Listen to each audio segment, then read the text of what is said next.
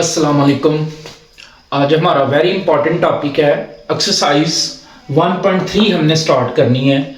इसका question number 5, exercise 1.3 का question number 5 हमने पढ़ना है जी। क्वेश्चन नंबर 5 है the weather in Lahore was unusually warm during the summer of 2024।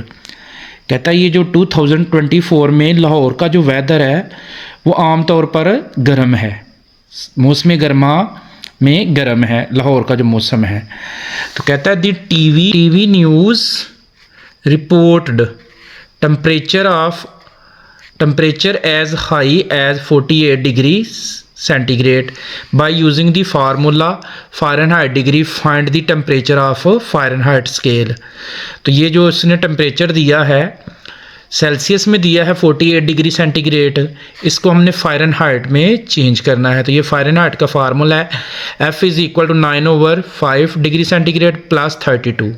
तो ये स्टूडेंट फार्मूला याद कर लें। सबसे पहले जो हमारे पास गिवन है वो सेल्सियस की वैल्यू है, वो है 48 डिग्री सेंटीग्रेड।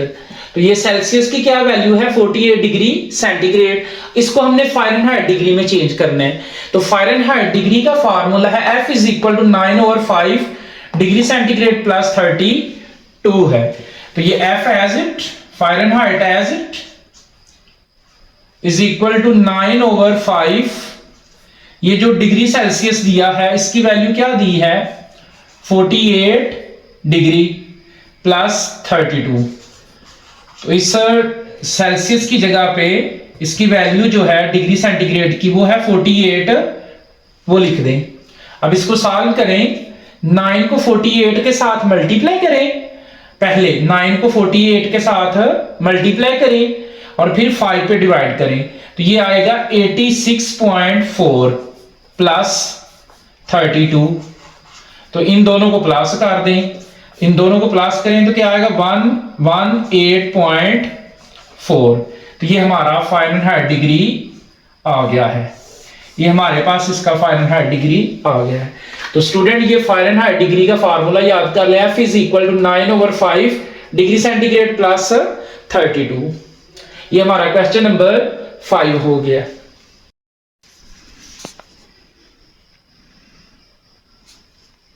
जी क्वेश्चन नंबर 6 है the sum of the age of the father and son is 72 years. कहता है जो बाप और बेटी की एज है उनका सम करें तो कितना आता है 72 years. 72 years 6 year ago the father age was 2 time the age of son. कहता है अगर 6 साल पहले जो फादर की एज है वो बेटे की एज से क्या है 2 टाइम है, यानी फादर की एज जो है बेटे की एज से डबल है। What was the son's age of 6 year ago. तो कहता है बेटे की एज जो है वो 6 साल पहले कितनी होगी, ये हमने फाइंड करना है बेटे की एज को 6 ईयर अगो। दोबारा सुन लें, the sum of the age of the father and son is 72 years. कहता है अगर बाप और बेटे की एज को जमा करें तो कितना आता है 72। 6 ईयर अगो 6 साल पहले the father age was 2 times the age of son, कि जो फादर की एज है वो बेटे की एज के क्या है 2 टाइम है, डबल है। What was the son age 6 year ago. तो हमने बेटे की 6 साल पहले जो एज है ना वो फाइंड करनी है कि वो क्या होगी। सबसे पहले जो हमारे पास गिवन है क्वेश्चन नंबर 6 में गिवन है, क्वेश्चन नंबर 6 था the sum of the age of the father and son is 62 years, यानी जो बाप और बेटे की एज है अगर उनको सम करें तो कितना आता है 72 ईयर्स। कितना आता है 72 ईयर्स। तो सबसे पहले हमने इसमें लेट किया है, let the age of son, the age of son is equal to x. हमने बेटे की एज को क्या लेट कर दिया है x, जो हमारे पास अब बेटे की एज क्या है x। The age of father is equal to y, और फादर की एज क्या आ गई है y। तो फर्स्ट कंडीशन क्या है according to the first condition क्या है कि अगर बाप और बेटे की एज को सन और फादर की एज को सम करें तो वो कितना आता है 72। अगर बाप और बेटे की एज को हम सम करेंगे प्लस करेंगे तो कितना आएगा 72।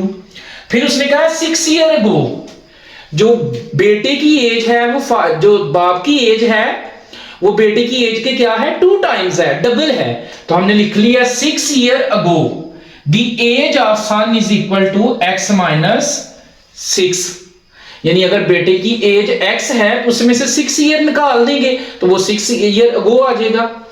The age of father 6 year ago the age of father y minus 6। यानी अगर पहले बेटे की एज x है, अगर बेटे की एज x है तो 6 ईयर अगो क्या होगी x माइनस 6। मतलब फॉर एग्जांपल अगर बेटे की एज अभी है 20 तो 6 ईयर अगो क्या होगी, इसमें से 6 माइनस करेंगे तो कितना आ जाएगा 14 ईयर्स। इस तरह से वो कह रहा है 6 ईयर अगो। तो सबसे पहले हमने लेट किया the age of son is equal to x, बेटे की एज क्या है x है, the age of father is equal to y। तो फर्स्ट कंडीशन क्या है given according to the first condition, according to the first condition क्या है कि अगर बाप बेटे और बाप की एज को जमा करें तो कितना आता है 72। तो ये x plus y is equal to 72। अब 6 ईयर अगो जो है कहता है जो 6 ईयर अगो ना 6 साल पहले जो बाप की एज है वो बेटे की एज की क्या है 2 टाइम है, डबल है। यानी जो अगर बेटे की एज 30 है तो बाप की एज क्या होगी 60, डबल है, वो ये कह रहा है। तो 6 ईयर अगो हमने लेट किया है 6 year ago the age of son, the age of son क्या होगी x minus 6, the age of father क्या होगी y माइनस 6। तो according to the second condition, second condition क्या थी कि जो फादर की एज है वो बेटे की एज के क्या है 2 टाइम्स है, डबल है। तो हमने इसको लिख दिया है बेटे की एज क्या है x माइनस 6 और बाकी एज क्या है x minus 6 is equal to y minus 6। तो बाकी एज जो है बेटे की एज के क्या है 2 टाइम्स है। तो हम इसको 2 से मल्टीप्लाई करेंगे, बेटे की एज को 2 से मल्टीप्लाई करें, 2 को करें x से तो 2x माइनस 2 को करें 6 से 12 is equal to y minus 6। तो ये 2x एज इट, y उधर प्लस का तो इस साइड पे आके माइनस का इज इक्वल टू माइनस 6, 12 इस साइड पे माइनस का तो इस साइड पे आके प्लस का। तो ये 2x minus y as it, 2x minus y as it is equal to 12 में से 6 निकाल दे तो 6। तो ये कौन सी इक्वेशन आ गई है 2। अब हमारे पास ये इक्वेशन 1 है और ये इक्वेशन 2 है। तो इक्वेशन 1 को और 2 को प्लस कर दे, इक्वेशन 1 और 2 को प्लस कर दे। तो लिख लें adding equation 1 and 2।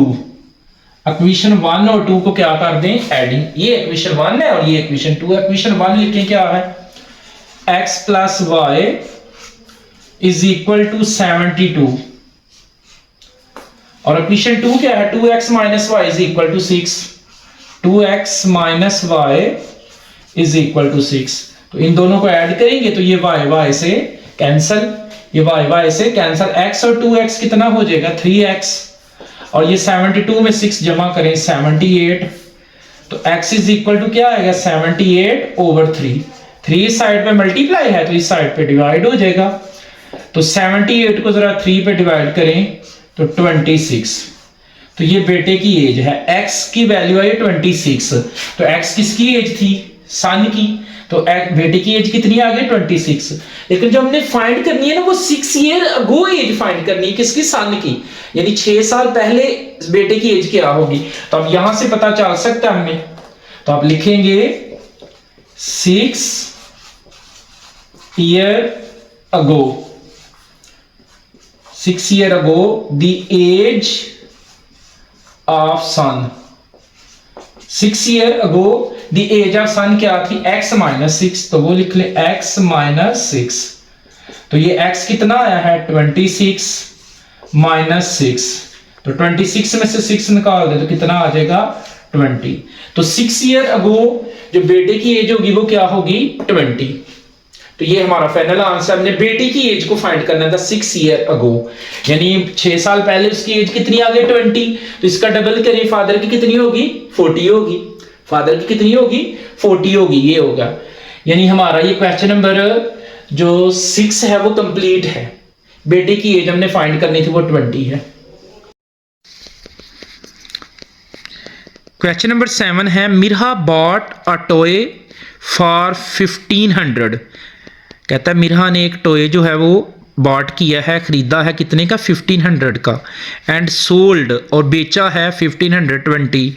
What was her profit percentage. तो उसका जो प्रॉफिट है वो परसेंटेज में फाइंड करना है कि मिर्हा ने 1500 का एक टॉय बाई किया है और उसने कितने का सेल किया है, 1520 का। यानी मिर्हा की जो कॉस्ट प्राइस है वो कितनी है, 1500, जिसमें उसने बाई किया है, ख़रीदा है, और सेलिंग प्राइस कितनी है, 1520। तो हमने इसका प्रॉफिट जो है वो परसेंटेज में फाइंड करना है। नंबर 7 में जो सबसे पहले गिवन है वो है कॉस्ट प्राइस। कॉस्ट प्राइस, मिर्हा ने एक टॉय खरीदा है जिसकी कॉस्ट प्राइस कितनी है, कितने का वो टॉय बाई किया है, खरीदा है, वो कितने का है, 1500 का, 1500 का। और उसकी जो सेलिंग प्राइस है उसने सेल कितने का किया है, 1520। यानी मिर्हा ने जो टॉय बाय किया है वो कितने का किया है, कॉस्ट प्राइस कितनी है, 1500 और उसकी सेलिंग प्राइस कितनी है, 1520। तो इसकी हमने प्रॉफिट फाइंड करना है पर इन परसेंटेज। इसका हमने प्रॉफिट फाइंड करना है इन परसेंटेज। तो सबसे पहले प्रॉफिट का फार्मूला है selling price minus cost price. Student, ये जो प्रॉफिट का फार्मूला है, profit is equal to selling price minus cost price, और इसको हम लिख सकते हैं प्रॉफिट को P is equal to selling price को हम लिख सकते हैं SP और कॉस्ट प्राइस को हम लिख सकते हैं CP। तो सेलिंग प्राइस देखिए उसकी कितनी है, मिर्हा की सेलिंग प्राइस कितनी है, 1520 माइनस, और कॉस्ट प्राइस कितनी थी, 1500। तो इसमें से इसको माइनस करें तो कितना आ जाएगा, 20। उसको कितना प्रॉफिट हुआ है, प्रॉफिट कितना हो गया है, 20।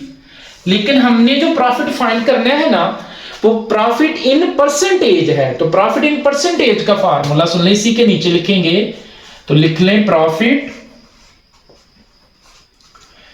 का जो फार्मूला है वो है प्रॉफिट इन परसेंटेज का जो फार्मूला है वो है profit over cost price, profit over cost price multiply by 100%। Student, profit के दो फार्मूले यहां पे, एक प्रॉफिट का सिंपल प्रॉफिट का फार्मूला है, सिंपल प्रॉफिट है is equal to selling price minus cost price यानी SP माइनस CP, और प्रॉफिट इन परसेंटेज का फार्मूला है profit over cost price multiply by 100। तो ये प्रॉफिट कितना हुआ है हमें, 20, ओवर कॉस्ट प्राइस कितनी थी उसकी, 1500 और मल्टीप्लाई बाई 100%। तो ये 20 तो 20 से कैंसल, तो क्या बच गया है, 20 ओवर 15%। तो 20 को 15 पे डिवाइड करें तो ये आएगा 1.33%। तो उसको कितना प्रॉफिट होगा, प्रॉफिट इन परसेंटेज कितना आ गया है, 1.33%। तो ये हमारा क्वेश्चन नंबर 7 हो गया है जी। क्वेश्चन नंबर 8 है द एनुअल इनकम ऑफ तैयब्स। जो तैयब की एनुअल इनकम है वो कितनी है, 9,60,000, 9,60,000, while the exempted amount is 1,30,000। Exempted amount जो है वो कितनी है, 1,30,000। एग्जेम्प्टेड अमाउंट क्या होती है, जिस पे उसने टैक्स नहीं पे करना। How much tax would he have to pay at the rate of 0.75%। तो कहता है वो 0.7% के रेट पर कितना टैक्स पे करेगा। उसकी टोटल इनकम कितनी है, 9,60,000, और उसमें से एग्जेम्प्टेड अमाउंट कितनी है, 1,30,000। तो एग्जेम्प्टेड अमाउंट क्या है, जिस पे उसने टैक्स नहीं पे करना।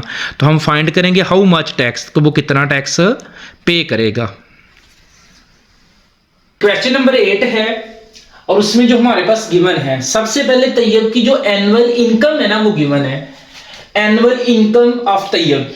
जो तैयब की एनुअल इनकम है वो कितनी है, 9,60,000, 9,60,000 है। तैयब की जो एनुअल इनकम है वो कितनी है, 9,60,000।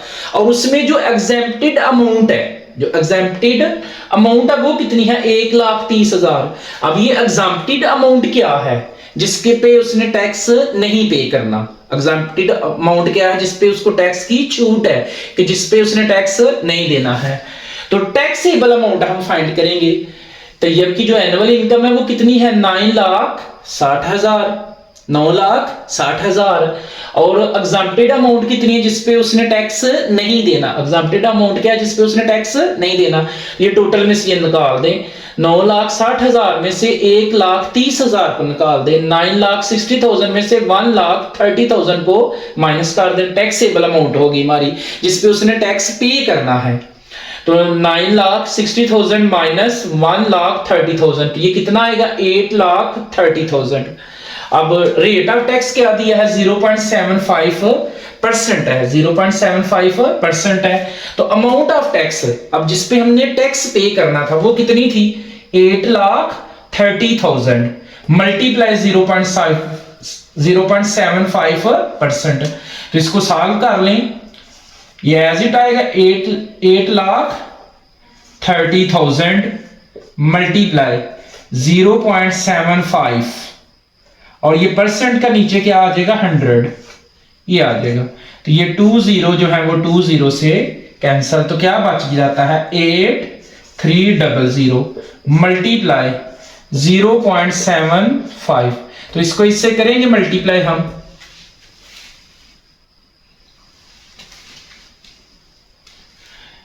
इसको करें मल्टीप्लाई 8,300 को 0.75 से, तो ये आएगा 6,225। यानी जो उसने 8,30,000 पे जो टैक्स पे करना है ना, वो ये आ गया है। इतने रुपीस करने हैं उसने, इतने ये उसने रुपीस करने हैं, कितने, 6,225, यानी 6,225 उसने टैक्स पे करना है इस पे। तो ये हमारा क्वेश्चन नंबर 8 जो है ये कंप्लीट है जी। क्वेश्चन नंबर 9 है, find the compound markup on 3,75,000 for 1 year eight the rate of 14% compound annually. हमने कंपाउंड मार्कअप फाइंड करना है। कंपाउंड मार्कअप क्या होता है कि अगर हम किसी भी बैंक से कोई लोन लें, फॉर एग्जांपल हम किसी बैंक से लोन लें और उस पर जो अजाफी रकम हम उसको वापस करते हैं ना, जो अजाफी रकम हम उसको वापस करेंगे, उसको कंपाउंड मार्कअप बोलते हैं। यानी अगर हमने 3,75,000 का एक लोन लिया है तो और उस पर कितने रेट का हमने देना है, टैक्स देना है, कंपाउंड मार्कअप वो कितना है, 14% है। तो ये जो एक्स्ट्रा पैसे हमने देने हैं उसको क्या बोलते हैं, कंपाउंड मार्कअप। बस गिवन है क्वेश्चन नंबर 9 में सबसे पहले गिवन है प्रिंसिपल अमाउंट।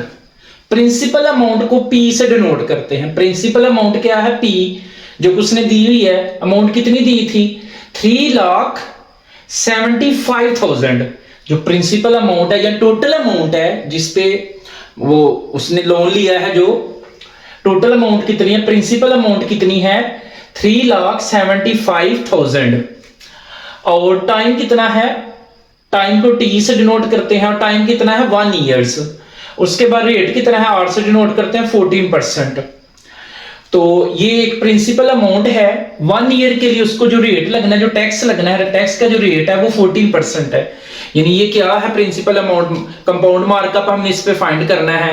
यानी अगर हम बैंक से एक लोन लेते हैं ना, तो उसमें जो बैंक को जब हम वो लोन वापस करते हैं, जो अजाफी वैल्यू रकम देते हैं ना, जो अजाफी पैसे देते हैं, जो लोन लिया है ना हमने, उस पे जो अजाफी पैसे देते हैं ना, उसको कंपाउंड मार्कअप बोलते हैं। हमने कंपाउंड मार्कअप इसका फाइंड करना है। तो सबसे पहले कितने का लोन लिया, प्रिंसिपल अमाउंट कितनी है, 3,75,000 और कितने टाइम का है, 1 ईयर्स का। और रेट क्या दिया है जिसपे उसने वो एक्स्ट्रा जो है अमाउंट देनी है वो कितनी है, 14%। तो कंपाउंड मार्कअप का फार्मूला, कंपाउंड मार्कअप को I से डिनोट करते हैं। और I जो कंपाउंड मार्कअप का फार्मूला है, I is equal to A minus P। A क्या है, अमाउंट, और P क्या है, ये प्रिंसिपल अमाउंट जो है। यानी जो टोटल उसने अमाउंट देनी है उसमें से वो जो अमाउंट ली है उसको माइनस करेंगे तो वो ऊपर वाला कंपाउंड मार्कअप फाइंड हो जाएगा। तो ये ए का जो फार्मूला है, ए इज इक्वल टू है P multiply 1 plus R over 100 की होल पावर T। P क्या है? प्रिंसिपल अमाउंट, R क्या है? रेट, और T क्या है? टाइम। तो इसमें वैल्यू पुट कर लें, A फाइंड करेंगे हम इसको, A को, A is equal to P क्या है? प्रिंसिपल अमाउंट कितनी है? 3,75,000 मल्टीप्लाई 1 प्लस और रेट कितना है? 14 ओवर 100, और टाइम कितना था? T कितना था? 1 ईयर। तो यहां 1 लगा लें, तो इसको सॉल्व कर लें। 3,75,000 मल्टीप्लाई 1 प्लस 14 को 100 पे करें डिवाइड, तो 0.14, और 1 पावर लिखे ना लिखे एक ही बात है, क्योंकि ये 1 टाइम 1 ही होता है। तो A इज इक्वल टू आएगा 3,75,000 मल्टीप्लाई, इन दोनों को प्लस करें तो 1.14, और इस सारे को अगर मल्टीप्लाई कर दें, इसको ना इससे मल्टीप्लाई करें, तो ये आएगा हमारा, ये 3,75,000 को 1.14 से करें मल्टीप्लाई, तो ये आ जाएगा 4,27,500, यानी 4,27,500। ये हमारे पास अमाउंट आ गई है जो वो टोटल पे करेगा। लोन उसने कितने का लिया है? फॉर एग्जांपल 3,75,000, यानी 3,75,000 का उसने लोन लिया है, तो वो वापस कितना पे करेगा? 4,27,500। तो अब वो कितना एक्स्ट्रा पे करेगा वो फाइंड कर ले। कंपाउंड मार्कअप का फार्मूला है, कंपाउंड मार्कअप लिख लें। तो कंपाउंड